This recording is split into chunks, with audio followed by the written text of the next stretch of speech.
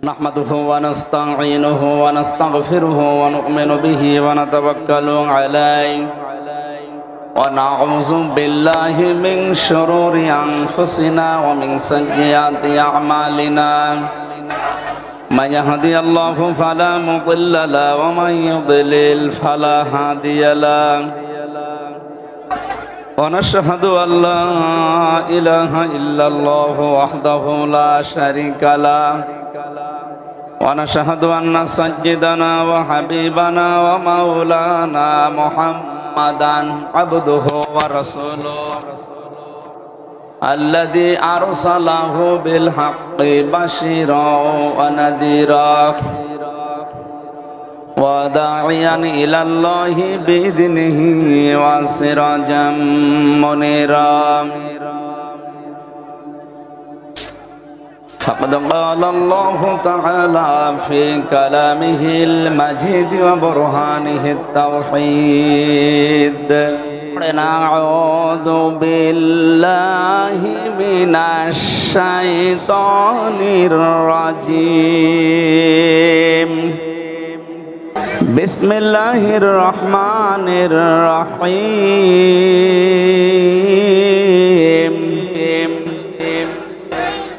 تحيتهم يوم يلقونه سلام وأعد لهم أجرا كريما يا أيها النبي إنا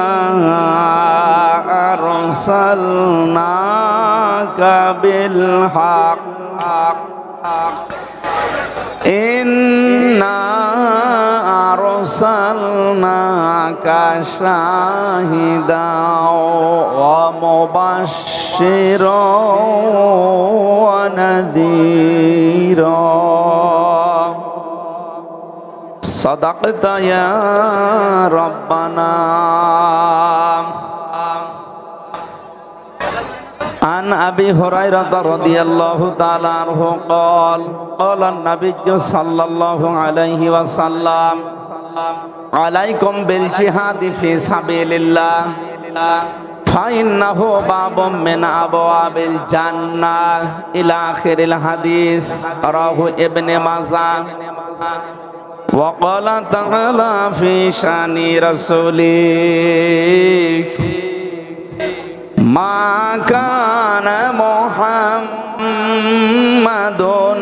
أبا أحد من رجالكم ولكن رسول الله ولكن رسول الله وخاتم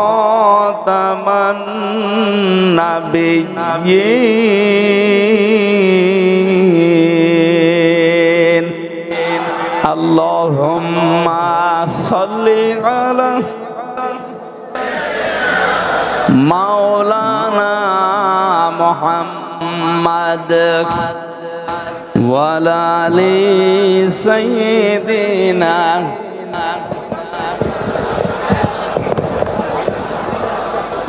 ঠিক আছে বালাগাল উলা বিকামালিহি কাশাফাত দুজা বিজামালিহি হাসানাত জামিউ খিসালিহি সাল্লু আলাইহি ওয়া আলিহি আলহামদুলিল্লাহ বাংলাদেশের ঐতিহ্যবাহী জেলা সাতক্ষীরা পাটকেলঘাটা থানার অন্তর্গত পাঁচপাড়া দারুল কোরআন হাফিজিয়া মাদ্রাসার উদ্যোগে ফুলবাড়ি হাই স্কুল ময়দানে মহাবিশ্বের মহাবিশ্বয় আমাদের মালিক আমাদের মনিব মহান রব্বুল ইজ্জাত অল জালালের মুখের পবিত্র বাণী কোরআনে কারীম তাফসীরুল কোরআন মাহফিলের সমাপনী রজনীর স্বনামধন্য সভাপতি, ইসলামিক চিন্তাবিদ, বিশিষ্ট ব্যবসায়ী সমাজসেবক জনাব মোহাম্মদ আসাদুজ্জামান আসাদ দামাত বারকাতুহুমুল আলিয়া।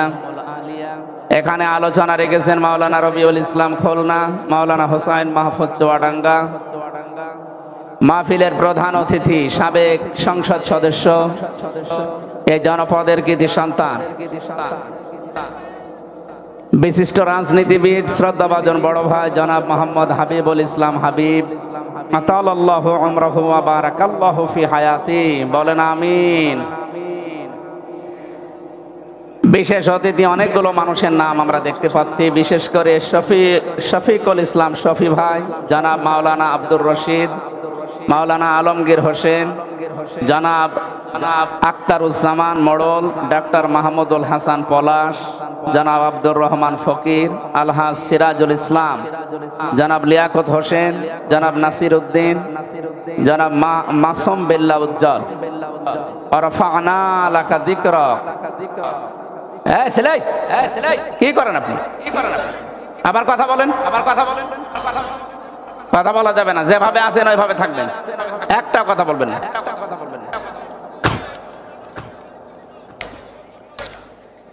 কোরআনে কারিমের এই অনুষ্ঠান, এটা ইবাদত চলছে।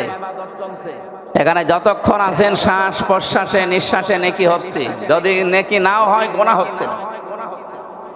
এই জন্য আশা করছি আপনি পরিবেশ নষ্ট করে সব গোনা নিজের কাঁধে তুলে নেবেন না, একটু সাহায্য করেন আমাদেরকে।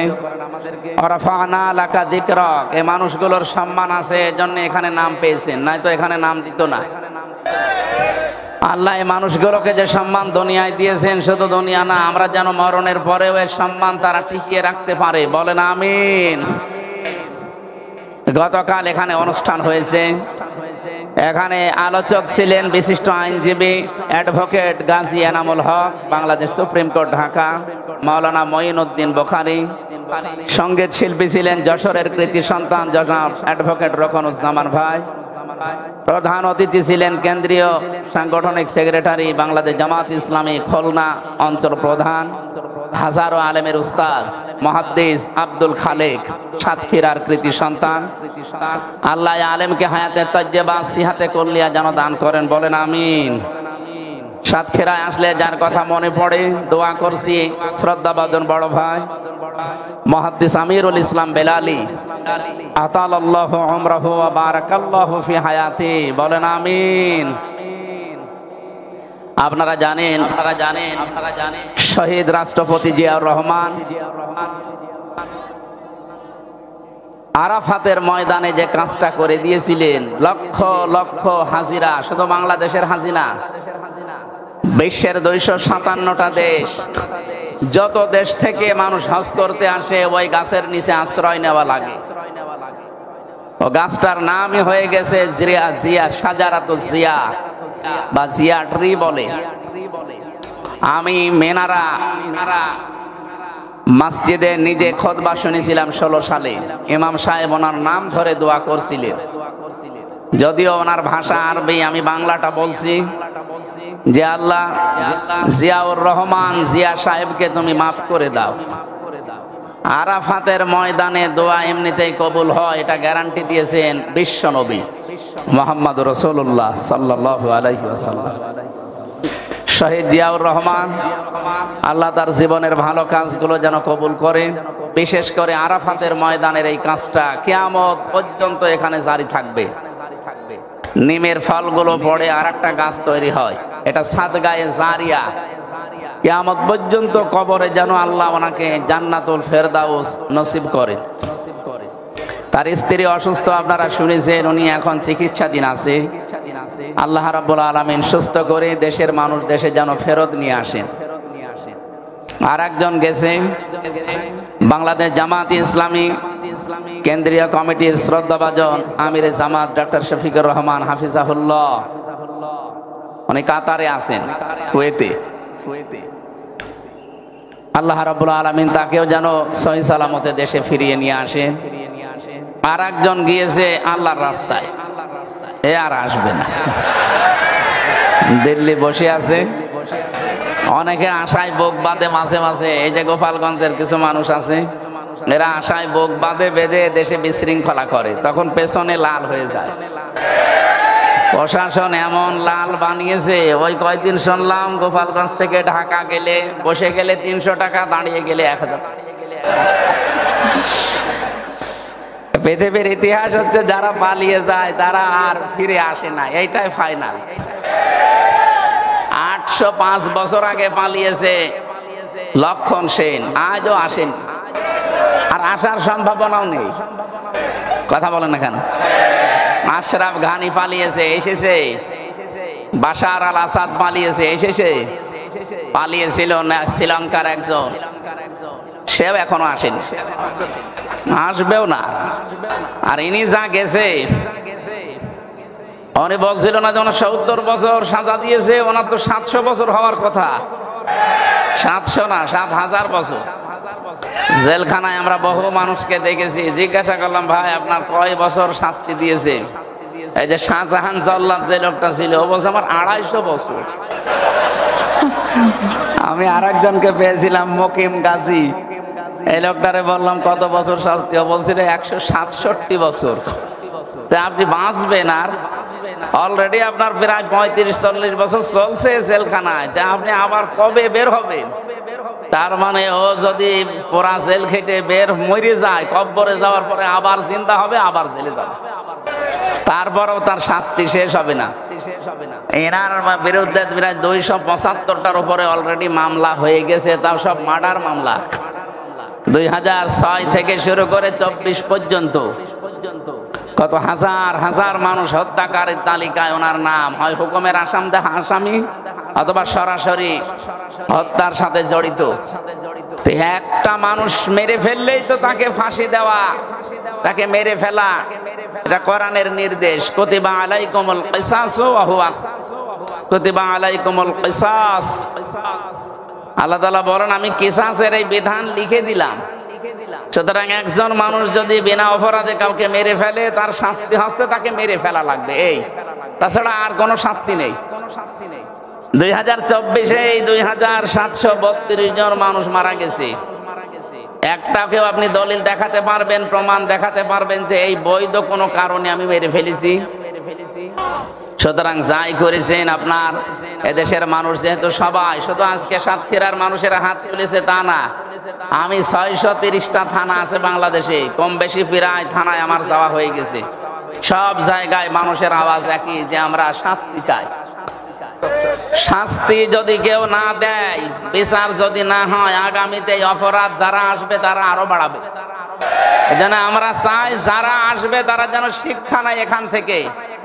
এমন কঠিন শাস্তি আমরা দাবি করছি, পৃথিবী যেন কেঁপে ওঠে। কথা বলেন না কেন? ওনারে 70 বছর দিয়েছে, আমার 3 বছর, আমার অনেক বছর দিয়েছিল, শেষে আমার 3 বছর পরে তো পুরাটা খালাস করে দিয়েছে। আমরা চাচ্ছি ওনার যদি অন্তত 700 বছর হয়, শুধু নাম শুনে হার্ট ফেল করে, কারণ ভেতরের যে অবস্থা এটা তো আমরা ভুক্তভোগী, আমরা জানি। 4 দেওয়ালের মাঝে এটা একটা আলাদা জগৎ। কি একটা আলাদা জগৎ না? একটা আলাদা জগৎ। ওই জগতে যখন থাকবে বুঝতে পারবে যে কত ধানে কত চাল হয়, একটা জিন্দা কবর বলা হয়। সুতরাং আমরা বিচার দাবি করছি সর্বোপরি আল্লাহর কাছে, এদেশের বিচার ব্যবস্থা এবং জনগণের কাছে। আমরা আইন যেন হাতে তুলে কেউ না নেই, বিচার ব্যবস্থা আছে, বিচার ব্যবস্থার মাধ্যমে বিচার হবে ইনশাআল্লাহ। আজকের মাহফিলে বিশেষ করে যাদের নাম নাম জানিও না, নিতেও পারি নাই, বসে আছে শ্রদ্ধাভাজন ব্যক্তিবর্গ। এই মানুষগুলোকে আল্লাহ যেন হায়াতে তাজ্জাবা সিহাতে কুল্লিয়া কোরআনের ইজ্জতে দান করেন, বলেন আমিন।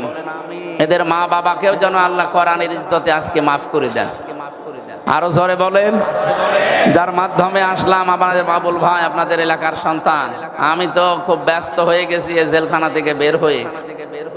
প্রতিদিন কোথায়, কালকে ছিলাম চট্টগ্রামের লোহাগাড়া, সারা রাত ধরে সেখান থেকে এসে আজকে দিনের বেলা ছিলাম ঝিনাইদহ, মাগরিবের পরে ছিল মনে হয় যশোর, ওটা কোন জায়গা যেন, রূপদিয়া, এই যে এখন এখানে, কালকে আবার কোথায় আছে আল্লাহ জানে। তো এই আমার শরীরও আর মানে সাপোর্ট দিচ্ছে না, প্রতিদিন 2টা 3টা, এরপরে বাড়ি থেকেও সাপোর্ট দিচ্ছে না। ম্যাডাম বলছে এত দরকার নেই। তারপরও সাতক্ষীরার আর যশোরের নাম শুনলে আমার আশা লাগে, কারণ এসব জেলায় আসলে মনে হয় যে আমি মায়ের কোলেই আছি। আমার বিভাগ এইটা খুলনা বিভাগ, বাংলাদেশের 8 বিভাগের ভেতরে এই বিভাগের প্রতি একটু মায়া বেশি, কারণ এখানে আমার জন্ম, যেহেতু জন্মগতভাবে এই মায়া মহাব্বত এখানে আল্লাহ তৈরি করে দিয়েছে। আমি দোয়া করছি খুলনা বিভাগের মাটির নিচে যারা ঘুমিয়ে আছে, বিশেষ করে যার নাম শুনলাম মঈনুদ্দিন নাকি জানো, মঈজউদ্দিন হামিদি, আমি নাম শুনেছি এর আগেও, আল্লাহ রাব্বুল আলামিন, এরপরে আহসানুল্লাহ খান বাহাদুর সাহেব, এই মানুষগুলোকে আল্লাহ কবরে যেন জান্নাতের সুউচ্চ মাকাম দান করেন, বলেন আমিন। এখানে যারা এসেছেন কষ্ট করে এত রাত পর্যন্ত, যদিও কথা বলা ঠিক না, আগামী থেকে আল্লামা সাইদি সাহেবের মতোই নিয়ম করে নেব ইনশাল্লাহ। এসার পরে উঠে পড়বো, রাত 9টা 9:30 অনুষ্ঠান শেষ। আমাদের তাহাজ্জুদও পড়া হবে, ফজরের নামাজ হবে, সকালে কর্মজীবনে যাওয়া যাবে। তাছাড়া এইভাবে রাত 12টা 1টা পর্যন্ত করে নামাজ কালামও ঝামেলা হয়ে যায়। আগামী থেকে নিয়মটা পালন করা যাবে না ইনশাল্লাহ। মাওলানা আমিরুল ইসলাম বেলালি এই যে কলারুয়া ফুটবল ময়দানে মনে হয় সামনে বছর একটা দাওয়াত নিয়েছে, পুরা সাতক্ষীরা জেলায় ওইটা একটা, আর ওদিকে শ্যামনগরে একটা নিয়েছি। এই জেলায় এই 2টা করবো ইনশাল্লাহ। ওই এসার পরে তুলে দিতে বলেছি ভাইকে, আমরা যতক্ষণ চালাতে পারি, 1-1.5 ঘন্টার বেশি কথা বলবো না, কারণ মানুষের এই মেধায় কথা ধরার একটা লিমিট আছে। আমি বলেই গেলাম, আপনি শুনিয়েই গেলেন না, আমরা এমন কিছু বলতে চাই যেন বাড়ি নিয়ে যেতে পারে। সুতরাং যারা এসেছেন আপনাদেরকে ওয়েলকাম জানাচ্ছি, এই কষ্ট স্বীকার করে বসে থাকার জন্য। পর্দার আড়ালে আমি আসার সময় দেখেছি মা বোনেরা এর চাইতে অনেক বেশি সম্মানিতা, মা এবং বোনেরা, প্রাণ প্রিয় সাতক্ষীরাবাসী, জবান আল্লাহ যাদেরকে দিয়েছেন। জালেমরা যদিও আমাদের কণ্ঠনালী চেপে ধরে রেখেছিল, আমরা কথা বলতে পারতাম না, অন্তত এখন মুক্ত হয়েছি। খলাকাল ইনসান আল্লামাহুল বায়ান, আল্লাহ বলেন আমি মানুষ বানিয়েছি আর মানুষকে কথা বলা আমি শিখিয়েছি। এই যে কথা বলতে পারি, এক একটা কথা তৈরি হতে এই কণ্ঠের ভেতরে 27টা ধাক্কা লাগে। বিজ্ঞান এখন দেখাচ্ছে যে 27টা স্তর পার করার পরে একটা কথা তৈরি হয়। এই বিশাল নিয়ামত আল্লাহ যাদেরকে দিয়েছেন, কথা যারা বলতে পারেন, বলেন আলহামদুলিল্লাহ। আমার বাম পাশে বসে আছে হাজারো আলেমের উস্তাদ হাফেজ মাওলানা আলী আহমেদ দামাত বারকাতুহুমুল আলিয়া। প্রশাসনের অনেক ভাই দেখলাম রাস্তাঘাটে দায়িত্বে আছেন, যদিও প্রশাসনের উপরে বাংলাদেশের মানুষ এখনো একটা খারাপ ধারণা নিয়ে আছে কিছু কোলাঙ্গার অফিসারের কারণে। মানে ভাই বলছিল না যে এগুলোর আসলে বসে আছে বিভিন্ন জায়গায়, এই মানুষগুলোকে বিচারের আওতায় আনা দরকার। কারণ জালেম একা জীবনের সাহস পেত না, জালেমকে যারা সহযোগিতা করেছে, যারা সাপোর্ট দিয়েছে, ওরাও জালেম। কিয়ামতের ময়দানে আল্লাহ নিজে মামলা দায়ের করবে জালেমের বিরুদ্ধে। আমাদের বিরুদ্ধে মামলা দিয়েছিল সরাসরি রাষ্ট্র, হাসিনা, আমাদের 2 জনেরই বাদী হাসিনা, কিন্তু আল্লাহ কিয়ামতে বাদী হবে হাসিনার। এটা আমি বানিয়ে বললাম।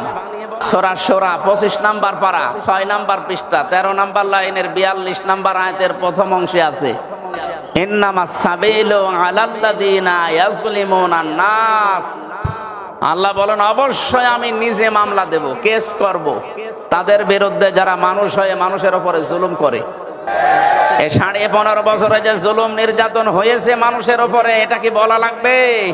এই যে সাক্ষী দেখতে পাচ্ছেন না, আমরা একেবারে চাক্ষুষ সাক্ষী, আমরা ভিকটিম নিজেরা। এই সাতক্ষীরা বাংলাদেশের সবচাইতে বড় নির্যাতিত জেলা। এরপরে বাংলার জমিনে সাতক্ষীরার পরে চাঁপাইনবাবগঞ্জ, এদের বাড়ি ঘরগুলো বুলডোজার দিয়ে ভেঙে দিয়েছে। পৃথিবীর মানুষেরা যখন দেখতাম, আমি বাইরের দেশে বহুদিন ছিলাম, ওই সমস্ত জায়গায় দেখতাম মানুষ এই সাতক্ষীরা চাঁপাইনবাবগঞ্জের এই দৃশ্যগুলো দেখতো আর কান্নাকাটি করত যে এ কি মানুষের উপরে এরকম কাজ করা যায়।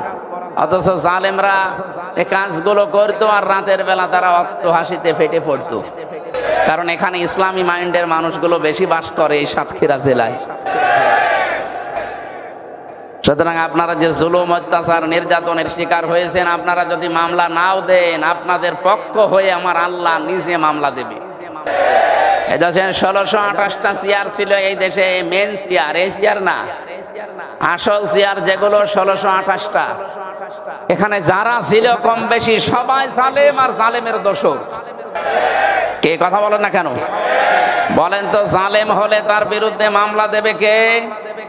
মামলার বাদী যত বড় হয় কেস তত কঠিন হয়। আমাদের মামলার বাদী তো রাষ্ট্র, এই জন্য কেস ওই রকম কঠিন হয়েছিল। যদি কোনো সলিমদ্দি কলিমদ্দি মামলার বাদী হয়তো আমার 3 দিনের বেশি রাখতে পারতো না। আমি আকিস গ্রুপের খতিব ছিলাম, কয় টাকা লাগবে আপনার? কিন্তু এমন মানুষ মামলা দিয়েছে, কত টাকা পয়সা আগেই পাচার করা শেষ, টাকা নিয়ে কি করবে?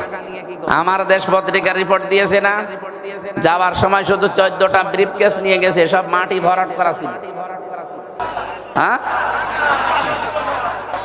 পাইলটকে বলেছে ব্রিফকেস গুলো উঠেছে, বলছে হ্যাঁ চলো, আর কারোর সাথে কোনো কথা বলেনি। এমনকি কাওয়া কাকুকেও বলে যাই, আমারও যদি বলে যেত কল দিয়েছে হামজা চলে গেলাম, 3 বছর জেল খাটালাম, মাফ করে দিও, তাও বলে না, পালিয়ে চলে গেল। এই জন্য আশায় কেউ যেন বুক বেঁধে দেশে বিশৃঙ্খলা তৈরি করেন না, কারো উস্কানিতে পা দেওয়া যাবে না। জালেম যারা হয় তারা যদি চেয়ার পায় তাহলে 2টা কাজ করে। সূরা নমলের ভেতরে আছে 19 নম্বর পারা 18 নম্বর পৃষ্ঠা 9 নম্বর লাইনে 34 নম্বর আয়াতের প্রথম অংশে আছে, মাঝের অংশে আছে, ইন্নাল মুলুকা ইযা দাখালু ক্বরিয়াতান আফসাদুহা ওয়াজআলু আ'ইজ্জাতা আহলিহা আদিল্লা ইলা আখির আয়া। রব্বুল আলামিন বলেন, কোন জালেম যখন কোন এলাকায় বসে দখল করে, ওই জায়গায় প্রথমে 2টা কাজ জারি করে। 1 নম্বরে ওই জায়গাগুলোতে সে বিশৃঙ্খলা তৈরি করে দেয়, ঘোলা পানিতে মাছ শিকার করার জন্য। এটা জালেমের প্রথম কাজ। এই 15.5 বছরে এইটাই করেছিল। একটা কিছু করেছে, আপনি সেটা ধরবে জনগণ, তারপরে দেখবেন পাশে আবার আরেকটা তৈরি হয়ে গেছে, ওটা ধরতে ধরতে ওইটা ধরবে, আর একটা তৈরি করে দেয়। নিজেরাই এই বিশৃঙ্খলা গুলো তৈরি করবে। এই 15.5 বছরে বহু বিশৃঙ্খলা এই রাষ্ট্রে তৈরি করেছে ওরা নিজেরা। সবচাইতে বেশি সংখ্যালঘু নির্যাতন হয়েছে এই 15.5 বছরে। কথা বলেন না কেন? আপনি জিজ্ঞাসা করে দেখেন, যারা এই দেশে অন্য ধর্মের লোক আছে, তারা এখন নিজেরা বলছে বাংলাদেশে আমরা আগস্টের 5 তারিখের পর থেকে সবচাইতে বেশি নিরাপদে আছি। তার মানে এই 15.5 বছর ওরা জুলুম নির্যাতন অত্যাচারের শিকার ওরাও ছিল। তার প্রমাণ এই যে বিশ্বজিৎ, একে মুসলমান না হিন্দু, একে যে কুপিয়ে মারছিল সেই লোকটা আমার সাথে জেলে ছিল। শাওন, এই পাশে বাড়ি, খুলনা। এখানে এই যে কপিল মনি নাকি বাড়ি আছে, এখানে বাড়ি। আমাদের রাইটার ছিল, মাঝে মাঝে এসে দেখতাম আফসোস করতো যে না, কাজটা আমার ঠিক হয়নি। ছেলেটা বারবার আমাদেরকে বলছিল যে আমি কিসের জামাত, কিসের শিবির, আমি মুসলমানই না। যদি বিশ্বাস না হয় আপনি অন্তত জিনিসপত্র দেখেন। তারপরও আমরা মানি না, ওরে একেবারে জায়গায় শেষ করে দিয়েছি। কিন্তু আমার জীবনের আফসোস, এখন আমার মা বাবা আমার খোঁজ নেয় না। আমার যাদের মন রক্ষার্থে এই কাজ করলাম, তারাও এখন আমার খোঁজ নেয় না। আমি ফাঁসির আসামি ছিলাম, এখন আমার এই যে যাবজ্জীবন 30 বছর জেল খাটা লাগবে। অন্তত কাজকর্ম করে দিচ্ছে, এই জন্য 22 বছর অন্তত জেলে থাকাই লাগবে। তা আমার জীবনে আর কি থাকবে? তা আমার এই জন্য কথাটা তুললাম যে আমরা অনেকে উস্কানিতে পা দিয়ে এরকম বিশৃঙ্খলা তৈরি করছি। 4 দেওয়ালের মাঝে যদি একবার চলে যান না, কোনো বাপ আপনাকে বাঁচাবে না। 2 নম্বরে জালেমের কাজ, আজালু আইজ্জাতা আহলিহা আদিল্লা। ওই দেশে যারা সম্মানিত মানুষ, সে তাদেরকে অপমান করে, অপদস্থ করে। এই যে প্রমাণ, সম্মানিত মানুষ না এটা। 2.5 লাখ 3 লাখ মানুষের দায়িত্ব পালন করেছে, তাও কয়েকবার। এই সম্মানিত মানুষদেরকে ধরে ধরে তারা অপমান অপদস্থ করত। আমার যাই হোক, আমি ছোট হই বড় হই, আমার নামের আগে একটা আলেম লেখা আছে না? আলেম হোক, মুফতি হোক, মুহাদ্দিস হোক, মুফাসসির হোক, একটা লেখা আছে না? আমি নিজেও হাফেজ, কোরআন শরীফ আমার বুকের ভেতরে। আর ওরা এমন আচরণ করতো জেলখানা এবং রিমান্ডে, আমার মনে হয় শয়তানের সাথে এরকম খারাপ আচরণ মানুষ করে না। সুতরাং সম্মানিত মানুষদেরকে যারা অসম্মান করে, অমর্যাদা করে, তাদের সম্মান নষ্ট করার চেষ্টা করে, এরা আল্লাহর ভাষায় জালেম। এরা কি? এদের বিরুদ্ধে মামলা কার? আপনি কি টের পাচ্ছেন কি বলছি আমি? আল্লাহর মামলার আসামি এই জালেমরা। সুতরাং যারা আল্লাহর মামলার আসামি তারা যেন আমাদের এই দেশে আর ফিরে না আসে। কথা বলেন না কেন? যদি এখনো পর্যন্ত তিনি ওখানে বসে উল্টাপাল্টা কাজ চালাচ্ছে, বিভিন্ন জিনিস দিয়ে চালিয়েছে, একটাও হালে পানি নেয়নি, এখন শুরু করছে অমুসলিম বিশেষ করে হিন্দুদেরকে দিয়ে। পারবে না ইনশাআল্লাহ। জরুরি কাজ থাকলে যেন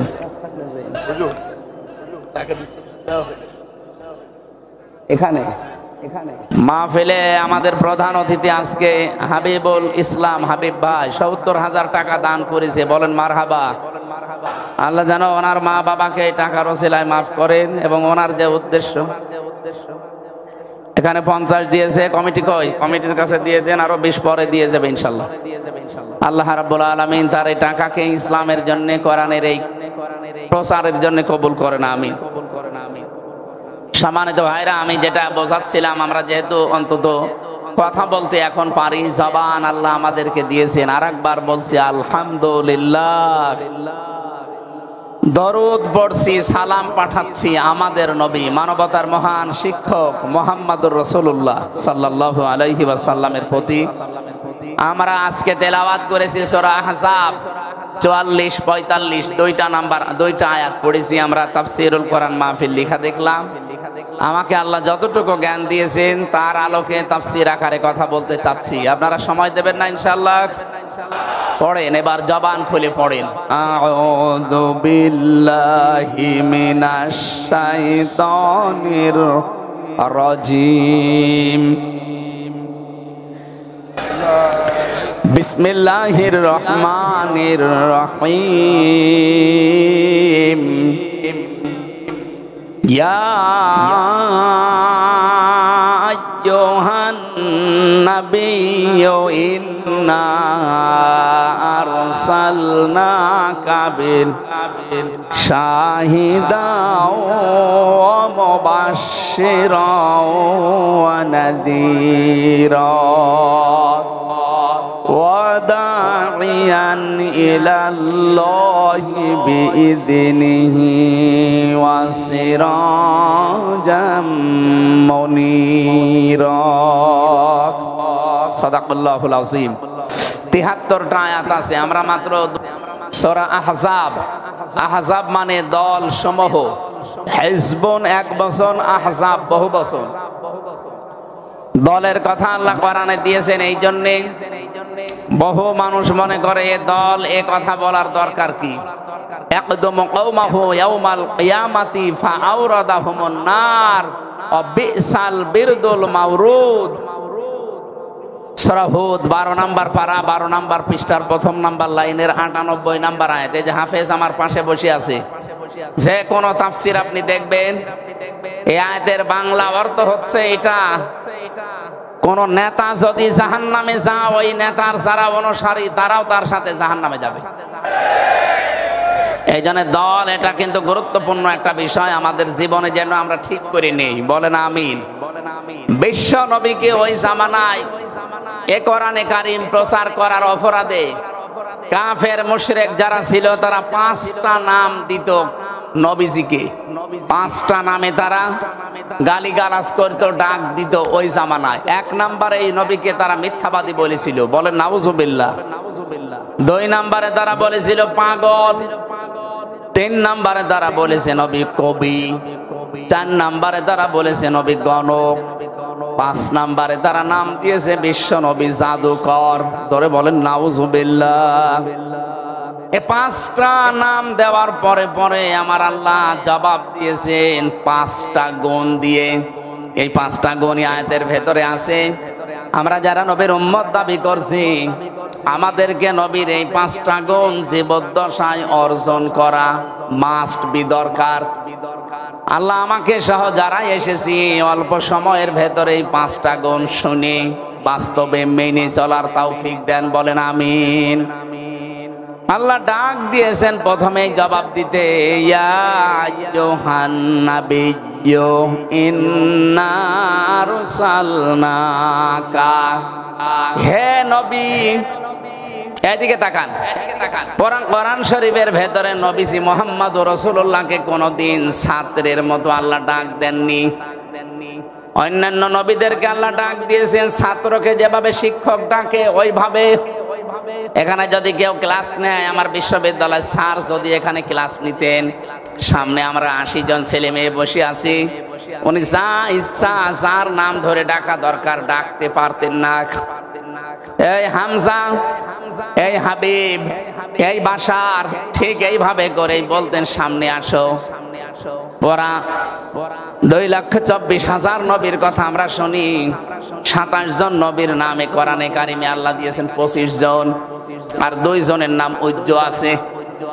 এতগুলো নবীকে আল্লাহ শুধুমাত্র ছাত্রের মতো ডাক দিয়েছেন, ইয়া ইব্রাহিম, ইয়া মূসা, ইয়া ঈসা।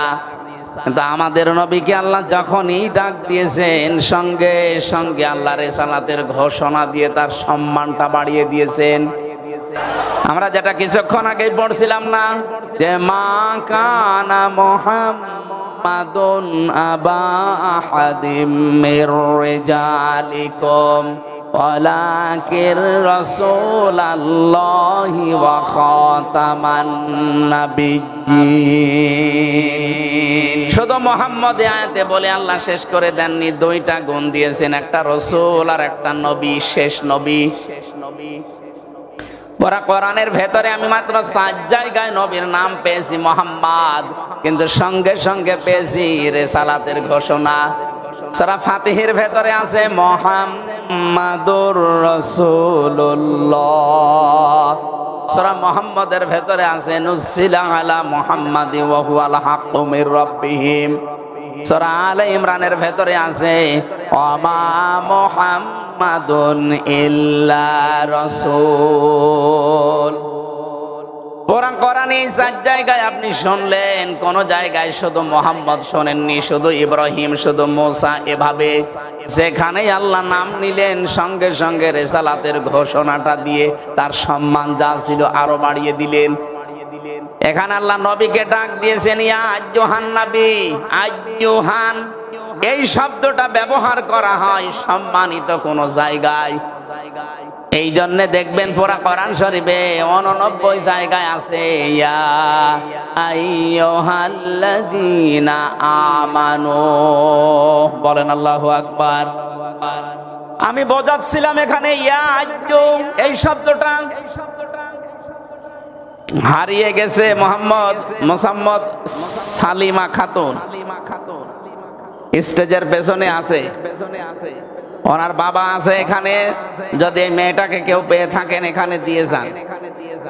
অবশ্যই এই লক্ষ লক্ষ মানুষের ভেতরে খুঁজে আনা দুষ্কর।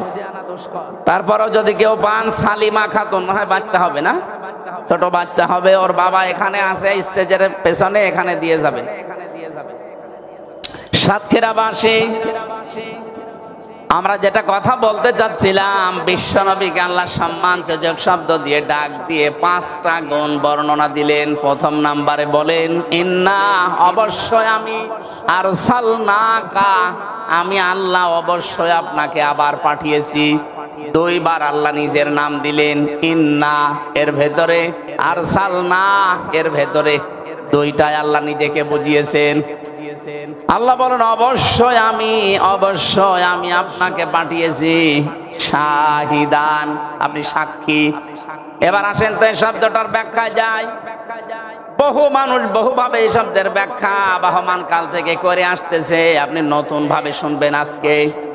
আমি বাংলাদেশের সাথে শাহিদান শব্দটা মিলাবো ইনশাআল্লাহ। আল্লাহর নবীকে আল্লাহ শাহিদান বললেন যে আপনি সাক্ষী।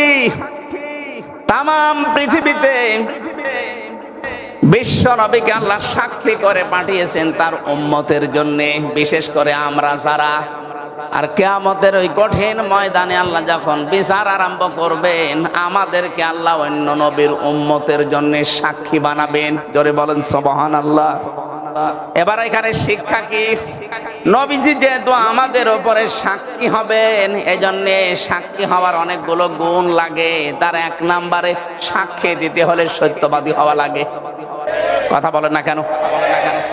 নবীজি সত্যবাদী, এর ভেতরে কোনো সন্দেহ আছে? ওই জামানায় নবীজিকে সাদেক বলে ডাকতো মানুষ, সত্যবাদী। তার এক নম্বরে গুণ তার আছে। দুই নম্বরে সাক্ষী দিতে হলে উপস্থিত থাকা লাগে, দেখা লাগে।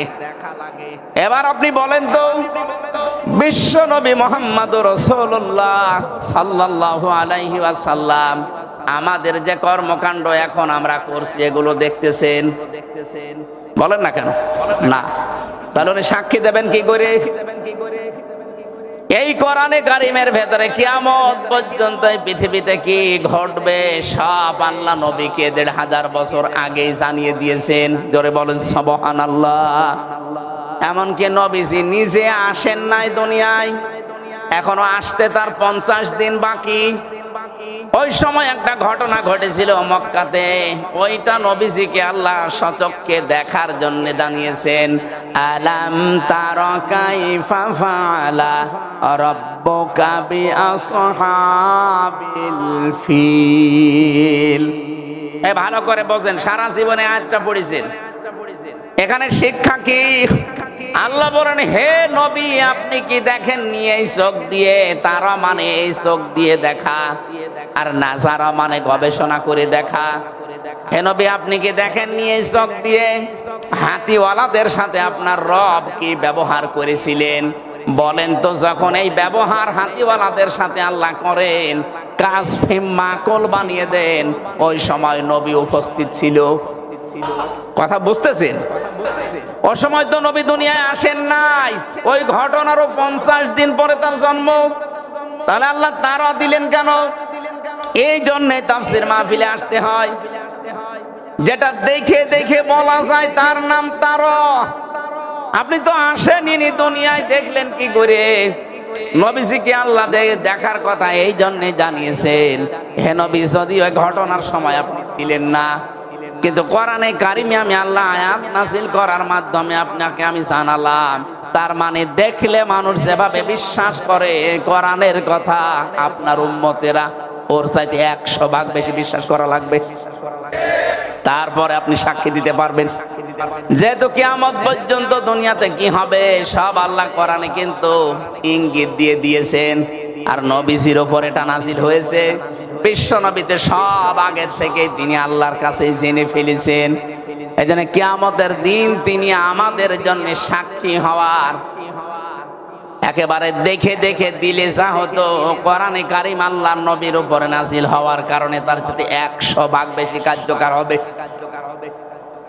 সূরা বাকারার 143 নম্বর আয়াতটা এর দলিল আছে। ওয়া কাযালিকা জাআলনাকুম উম্মাতাও ওয়াসাতাল লিতাকুনু শুহাদা আলান নাস ওয়া ইয়াকুনার রাসূলু আলাইকুম শাহিদা।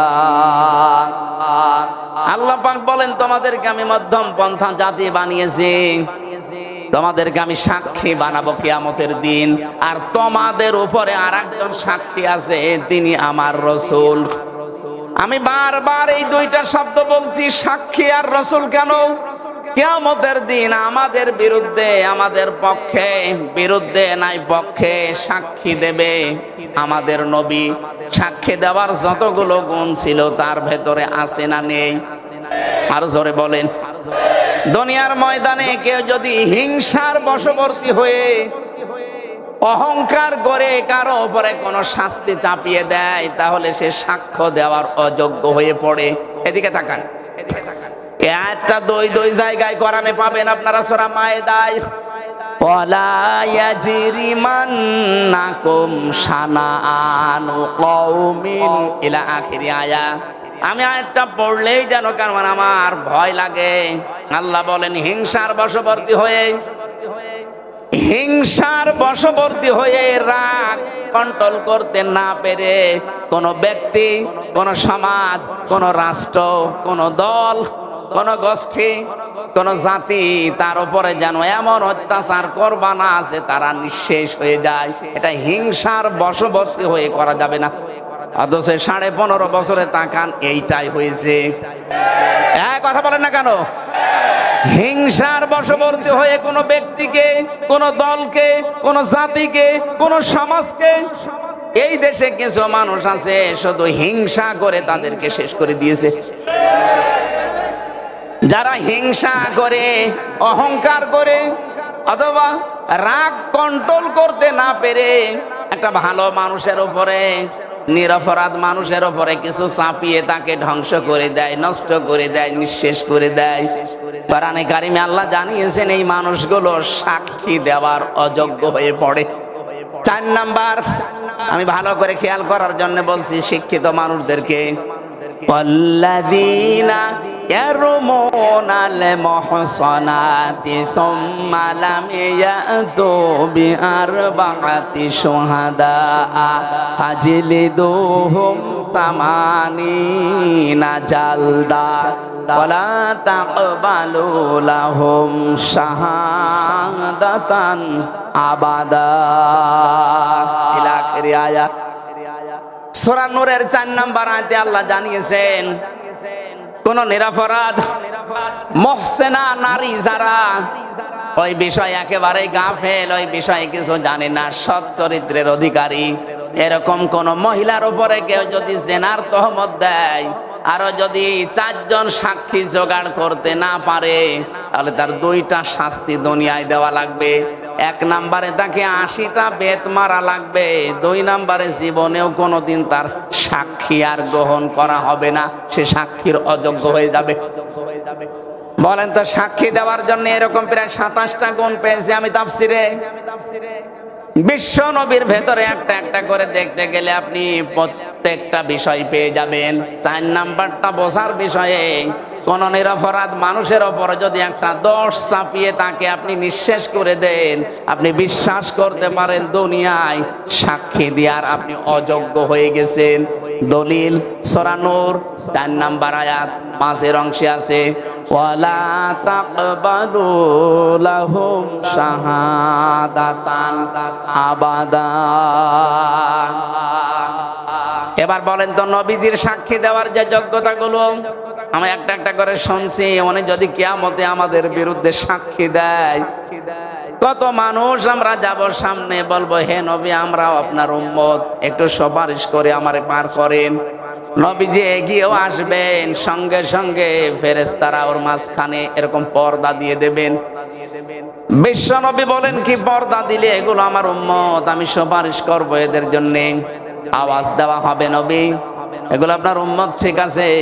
আপনি দুনিয়া থেকে বিদায় নেওয়ার পর আপনার রেখে আসা ইসলাম, আপনার আদর্শ এরা উলট পালট করে ফেলেছিল, আর যেটা সবচাইতে বেশি হচ্ছে বাংলাদেশে। এক কথা বলছে না কেন?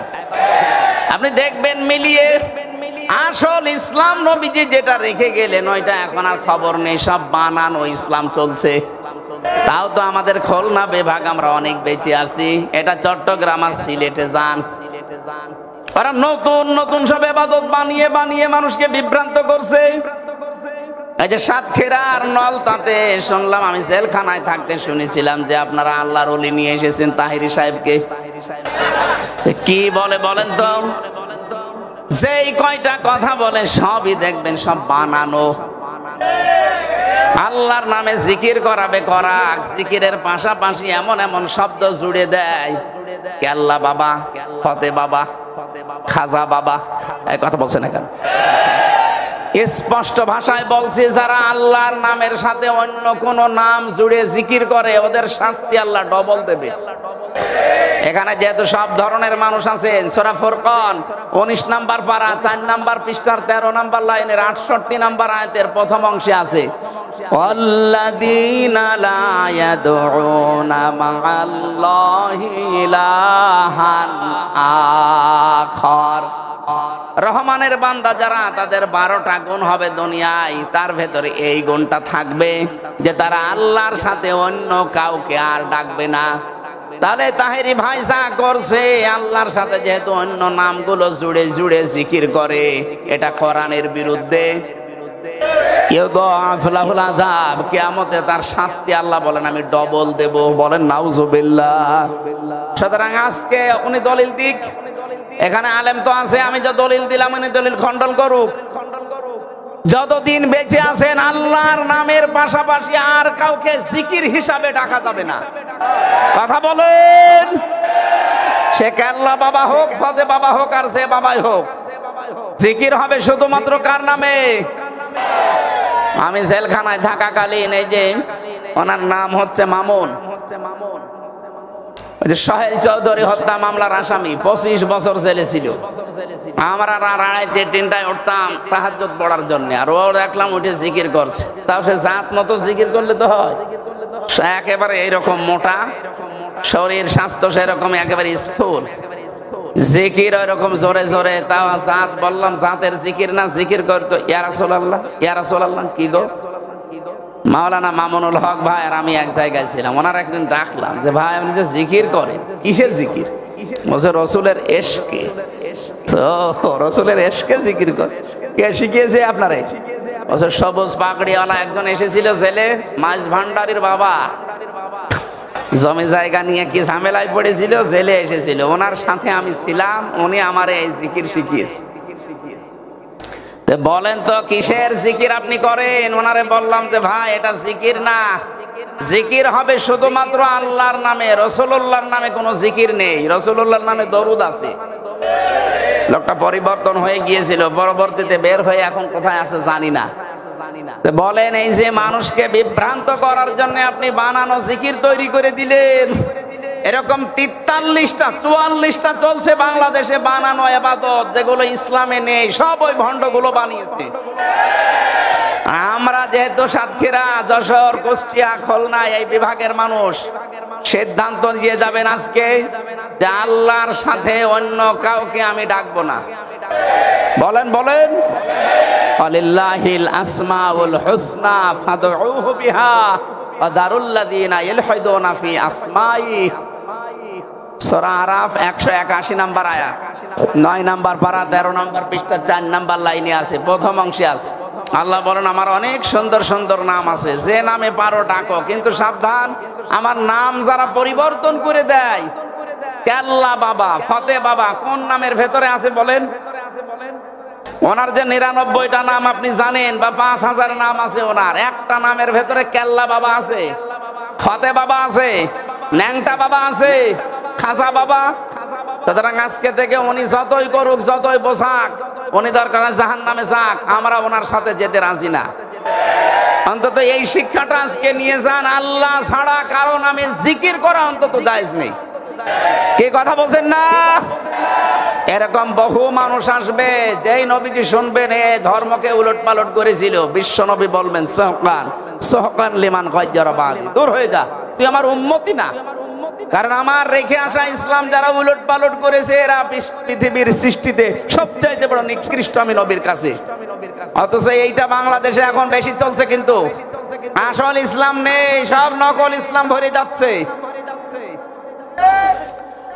আপনার বিরুদ্ধে নবীজি দাঁড়াবেন, তখন যেই বলবে সহকান দূর হয়ে যা, তোর পক্ষে আমার কোনো সাক্ষী নেই, তুই আমার উম্মত বলে আমি স্বীকৃতি দিলাম না, কোন বাবা আপনাকে বাঁচাবে? এবার আপনি নিজে হিসাব করে এখান থেকে যান। অনেকে বলে না আমি দুই বাবার মরিদ, দুই বাবা শুধু 2 হাত ধরে এইভাবে মারবে, আমি জান্নাতে চলে যাবো। জান্নাত? আপনি জাহান্নামে পড়বেন। আশা করছি আপনার মাথায় মগজ আছে, আপনি বুঝেছেন। সাক্ষী দেওয়ার জন্য নবীজি পারফেক্ট, ওনার কোনো ত্রুটি নেই। ওনার সাক্ষী যদি একবার কারো পক্ষে যায়, আল্লাহ তাকে জান্নাতে দিয়ে দেবে, যদি বিপক্ষে যায়। এখন সাক্ষী পক্ষে না বিপক্ষে যাওয়ার কারণ কি? সূরা তাহার ভেতরে আছে 109 নম্বর আয়াত, 16 নম্বর পারা, 18 নম্বর পৃষ্ঠা, 10 নম্বর লাইনে আছে, ইয়াউমাইযিল লা তানফাউশ শাফাআতু ইল্লা মান আযিনা লাহুর রাহমানু ওয়া রাদিয়া লাহু কওলা। রব্বুল আলামিন বলেন, সেই দিন নবীজি যদি সুপারিশ করে কারো জন্য, দুইটা গুণ তার ভেতরে থাকা লাগবে। সাতক্ষীরাবাসী ছেলে হোক মেয়ে হোক, আপনি দেখেন তো আপনার ভেতরে এটা আছে কিনা।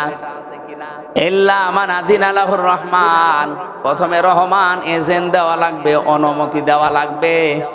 রাদিয়া লাহু কওলা, দুই নম্বরে বিশ্ব নবী মুহাম্মদুর রাসূলুল্লাহ সাল্লাল্লাহু আলাইহি সাল্লাম যদি আপনার জন্য সুপারিশ করে, আপনার কথাবার্তার উপরে আল্লাহর রাজি থাকা লাগবে। বলেন সুবহানাল্লাহ। শর্ত দুইটা কত কঠিন আপনি টের পেয়েছেন। যারা এখানে শুনতেছেন খেয়াল করে শোনেন। আপনার জন্য আমার জন্য নবীজি যদি কিয়ামতে আল্লাহর দরবারে দাঁড়ায় সাক্ষী দিতে পক্ষে, তাহলে এই দুইটা থাকবে। এক নম্বরে আমি যা কথাবার্তা বলি, এই কথার উপরে আল্লাহর রাজি থাকা লাগবে। এমনকি আমার প্র্যাকটিক্যাল লাইফ যেটা আমি গঠন করেছি, এই জীবনের উপরেও আল্লাহর রাজি থাকা লাগবে। এবার আপনি বলেন তো আপনার অবস্থান কোন জায়গায়? আপনি দিনের ভেতরে 100টা কথা বলে 98টা মিথ্যা কথা বলেন। আপনার যে 70-80 বছরের বিশাল জীবন, আপনি একটু পেছনে ফিরে তাকান তো, আপনার এই জীবনের উপরে আল্লাহ রাজি আছে কিনা। যারা হজ করতে যায়, যে হাজী সাহেব 6 চক্করে মানুষ কাবা শরীফ তাওয়াফ করার সময় একটা কথা বলা লাগে, আমি নিজেও বলেছিলাম, আল্লাহুম্মা ইন্না আলাইয়া হুকুকান ফীমা বাইনি ওয়া বাইনিকা। কাবা শরীফ সামনে নিয়ে বলা হচ্ছে, রব্বুল আলামিন, আমি তোমার গোলাম, তুমি আমার মালিক। আমি গোলাম হিসাবে যা পাওয়ার সবই তুমি আমাকে দিয়েছো। তুমি আমাকে নেই থেকে হামজা বানিয়েছো। আমি তো বীর্য ছিলাম, উল্লেখ করার মতো আমি কিছু ছিলাম না। সেখান থেকে তুমি আজকে হাবিব বানিয়ে এখানে বসিয়ে রেখেছো। এ জায়গায় আমার বসার কথা না। ওই সময় যদি মায়ের পেট থেকে আমাকে আকর্ষণ করে তুমি শেষ করে দিতে, দুনিয়ায় আমার কিছু বলারই ছিল না। অন্তত আমার মা বাবাকেও কিছু বলার ছিল না। আমি তো শেষই হয়ে গিয়েছিলাম। আমার নামও ছিল না। আমার নাম যে হামজা, আমার নাম যে হাবিব, এ নাম ছিল। আল্লাহ ওই জায়গায় একটা আঘাত দিয়েছেন আমাদেরকে। হাল আতা আলাল ইনসানি হিনুম মিনাদ দাহারি লাম ইয়াকুন শাইআম মাযকুরা। মানুষের জীবনে কি এমন সময় অতিবাহিত হয়নি যখন সে উল্লেখ করার মতো কোনো বিষয়বস্তু ছিল না? আমি আল্লাহ নিজে ওকে বীর্য থেকে আস্তে আস্তে 40 দিন এভাবে পাল্টাতে থাকলাম। এরপরে 6 মাসের পরে ওর ক্ষুধার উদ্রেক দেখা দিল। মায়ের মাসিক অসুখ বন্ধ করে দিয়ে নাভির সাথে নাভির তার জুড়ে আমি খাবার খাওয়ালাম। তারপরও মুখ দিয়ে ওই নাপাক রক্তটা আমি দেইনি। আমি এই কারণে দিলাম না যেন দুনিয়ায় যে কোনো হারাম জিনিস, নাপাক জিনিস মুখে না নেয়। মায়ের পেটে আল্লাহ মুখটা পবিত্র করে রেখে দিলেন, অথচ এখানে কত নাফরমান আমরা আছি, এই মুখ দিয়ে যত হারাম খাবার ঢোকাই। কথা বলেন না কেন? পায়খানা যেরকম হারাম, এ মুখ দিয়ে ঢোকানো। ঠিক আপনি ঘুষের টাকা, সুদের টাকা, মানুষকে ফাঁকি দিয়ে ওই টাকা নিয়ে এসে ইলিশ মাছ খাওয়া, ওই রকম হারাম। কথা বলেন না কেন? বহু মা বোনেরা এসেছেন, আমি 1 মিনিট একটা কথা বলছি। সম্মানিত মা বোন যারা এসেছেন, আপনি আজকে থেকেই শক্ত হবেন। আপনার স্বামী যদি বাম হাতের ইনকাম না থামায়, যদি অবৈধ ইনকাম না থামাতে চায়, আপনি শক্ত হবেন আজকে থেকেই। বলবেন না তুমি অবৈধ ইনকাম করে নিয়ে আসবে, আর ওইটা দিয়ে আমি মাছ গোশত কিনে তৃপ্তি সহকারে 2 জন খেয়ে সন্তান পেটে নেব।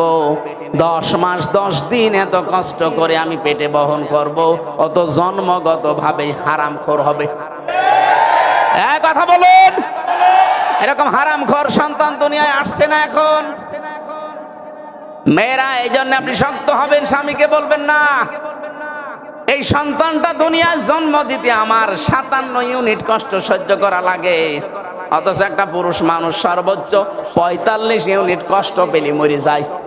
এরপরে আর কষ্ট সহ্য করার মতো শরীর এ পৃথিবীতে পুরুষের নেই। অথচ আমার মা আমার এই মুখটা দুনিয়ায় দেখাতে গিয়ে 57 ইউনিট কষ্ট সহ্য করেছে। এত বড় বিশাল কষ্ট সহ্য করে তার মুখ আমি দুনিয়াকে দেখাবো, এরকম একটা জন্মগত ভাবে হারাম জিনিস আমি পেটে রাখতে চাই না। যদি এরকম হারাম ইনকাম বন্ধ না করো, তোমার সংসারে আমার থাকা হবে না, আমার বাদ দিয়ে দাও, আমি অন্য জায়গায় সংসার করব। আপনি শক্ত হন, দেখেন প্রতিটি স্বামী বাধ্য ভালো হতে। হয়তো সবাই না হলে 100 জনের প্রায় 80 জন পুরুষ মানুষ ভালো হয়ে যাবে। কারণ ওই শক্তি আল্লাহ আপনার ভেতরে দিয়েছেন, আমি জানি। কথা বলছেন আমার? তেল তেল করে তুমি আমাকে এ পর্যন্ত বানালে, আমি দুনিয়াতে আসার আগে তুমি আমার খাবারটা গরম করে মায়ের বুকের উপরে রেডি করে রাখলে। ওয়ালাকাদ কাররামনা বানি আদম। আল্লাহ পাক বলেন পৃথিবীতে যত সৃষ্টি আমার আছে সব চাইতে সম্মানিত সৃষ্টির নাম মানুষ। নাম কি বলেন তো? এখানে আল্লাহ কি জানিয়েছেন যে আমি মুসলমান বা ইমানদারের সম্মান সবচাইতে বেশি দিয়েছি? তিনি বলেছেন মানুষের সম্মান বেশি দিয়েছি। সে যে ধর্মের অনুসারী হোক কোনো অসুবিধা নেই, কিন্তু মানুষ হয়ে মানুষের সম্মান নিয়ে চিনিমিনি খেলা করার অধিকার আপনাকে কে দিয়েছে বলেন? অথচ এই দেশে আমরা দেখতে পেলাম সবচাইতে বেশি মানুষের সম্মান নিয়ে খেলা করা হয়েছে। আগামীতে কেউ যেন মানুষের সম্মান নিয়ে খেলা করতে না পারে। এটাতে কত বড় দামি জিনিস আল্লাহর কাছে। বিশ্ব নবী মসজিদে নববীতে বসে আছেন, হঠাৎ একটা লাশ সামনে দিয়ে যাচ্ছিল। নবীজি দাঁড়িয়ে গেলেন। সাহাবীরা বলে, হুজুর এটা ইহুদির লাশ, কেন দাঁড়ালেন? বিশ্ব নবী বলেন, সাহাবীরা ইহুদি তাতে কি হয়েছে, এটা তো মানুষ, আদম সন্তান। এত সম্মান যাদের আল্লাহ দিয়েছেন আমরা সচক্ষে দেখতে পেয়েছি, সে মানুষের কোনো দামই এই দেশে ছিল না। কুকুর শ্রীগালের মতো আচরণ করা হতো। কথা বলেন ঠিক কিনা? মানুষের সম্মান দেওয়া লাগবে। ধর্ম যে ধর্ম মেনে চলে চলুক, ওর এখতিয়ার এটা। যেহেতু ধর্মে কোনো বাড়াবাড়ি নেই, জবরদস্তি নেই, লা ইকরাহা ফিদ্দিন। এদেশে যে যে ধর্ম অনুসরণ করে করুক, কিন্তু বান্দা কার? আল্লাহ পাক বলেন তোমাকে আমি মানুষ বানিয়েছি, শুধু না সম্মান দিয়েছি পৃথিবীতে যত সৃষ্টি আছে সবার উপরে। তোমার নাম আশরাফুল মাখলুকাত। আশরাফুল। আমার ভাইরা, আমি যে কথা বোঝাচ্ছিলাম, নেই থেকে শুরু করে আল্লাহ যে আমাকে পর্যন্ত আনলেন, এটা কাবার সামনে নিয়ে ষষ্ঠ চক্করে বলা হয় আল্লাহকে, রব্বুল আলামিন তুমি তো আমাকে নেই থেকে হামজা বানালে, যা দরকার সবই দিলে, কিন্তু তুমি আমার মালিক, তোমাকে দেওয়ার মতো তো আমার কিছুই নেই। আমি আজ পর্যন্ত তোমাকে কিছুই দিতে পারিনি। তবে কাবার সামনে নিয়ে আমার একটা পুঁজি আমার আছে। আল্লাহ পুঁজি হচ্ছে তুমি আমারে নিজ গুণে মাফ করে দাও। এজন্য কিয়ামতের দিন আল্লাহ যদি কাউকে মাফ করতে চায়, বাংলার মুসলমানেরা এটা ভালো করে শোনেন, আল্লাহ যদি মনে করেন আমি হাবিবকে মাফ করে দেব কিয়ামতে, কোটি কোটি মানুষের সামনে থেকে আস্তে করে আড়াল করে নেবেন। কুদরতের চাদর দিয়ে তিনি ঘিরে ফেলবেন চারিদিকে। এই কাজগুলো করেছিলি, যেহেতু উনি জানবে যে সব আল্লাহর নখদর্পণে আছে। আলিমুম বিদাতিস সুদূর, আমার আল্লাহ উনি মনের খবরও জানে। মাথাটা নিচু করে, তাফসীরে এভাবে লেখা আছে যে মাথাটা আস্তে করে নিচু করে চোখের পানি ফেলে অসহায়ের মতো বলবে, আল্লাহ আমার কিছুই করার নেই, আমারে মাফ করে দাও। সঙ্গে সঙ্গে আল্লাহ বলেন আমার কুদরতের জোয়ার আসবে, আমার সাগরে জোয়ার আসবে কুদরতের, আমার রহমতের জরিয়ার ভেতরে জোশ পয়দা হবে। ওর শুধু মুখের দিকে কাকতি মিনতির দিকে তাকিয়ে আমি বলবো, যা গোপনে তোরে মাফ করে দিলাম। কাউকে বলবি না, আস্তে করে তুই আমার বানানো জান্নাতে চলে যা। এরকম একটা জীবন আমাদের সবাইকে যেন আল্লাহ দান করেন গোপনে, বলেন আমিন। قل يا عبادي الذين أسرفوا على أنفسهم لا تقنطوا من رحمة الله إن الله يغفر الذنوب جميعا إنه هو الغفور الرحيم আল্লাহ ডাক দিয়েছেন, হে আমার বান্দা বান্দিরা, নফসের উপরে জুলুম করে জীবনটা যারা নষ্ট করে ফেলেছো আর আশার দুয়ার খুঁজে পাও না, নিরাশ হয়ে যেও না। আসো, আমি আল্লাহর রহমত অনেক বড়, যত গুনাহ করেছো তার চাইতে আমি আল্লাহর রহমত অনেক বেশি। আমি ইচ্ছা করলে তোর জীবনের সব অপরাধগুলো মাফ করে নেকি দিয়ে পাল্টিয়ে দিতে পারি। জোরে বলেন সুবহানাল্লাহ। আজকের এই ময়দানে এরকম একটা মন নিয়ে যারা এসেছেন যে আল্লাহ আর যাই হোক আমি আজকে ভালো হয়ে যাব, আমি আজকে তাওবা করে সত্যি ভালো হয়ে যাব। আল্লাহ পাক কোরআনে কারিমে আমাদের আশার বাণী দিয়েছেন, ফাউলাইকা ইউবাদদিলুল্লাহু সাইয়্যাতিহিম হাসানাত। সত্যি যদি এই বিশ্বাস নিয়ে এই মন নিয়ে কেউ এসে থাকে, ওর জীবনের অপরাধগুলো তাওবার মাধ্যমে সব মাফ করে জায়গাটা পুরা নেকি দিয়ে ভরাট করে দেব। আল্লাহ যেন আমাদেরকে আয়াতগুলো আজ বাস্তবে দান করেন, বলেন আমিন। সাক্ষী হওয়ার জন্য নবী যেহেতু সাক্ষী, জন্য এদিক ওদিকে যাওয়া যাবে না।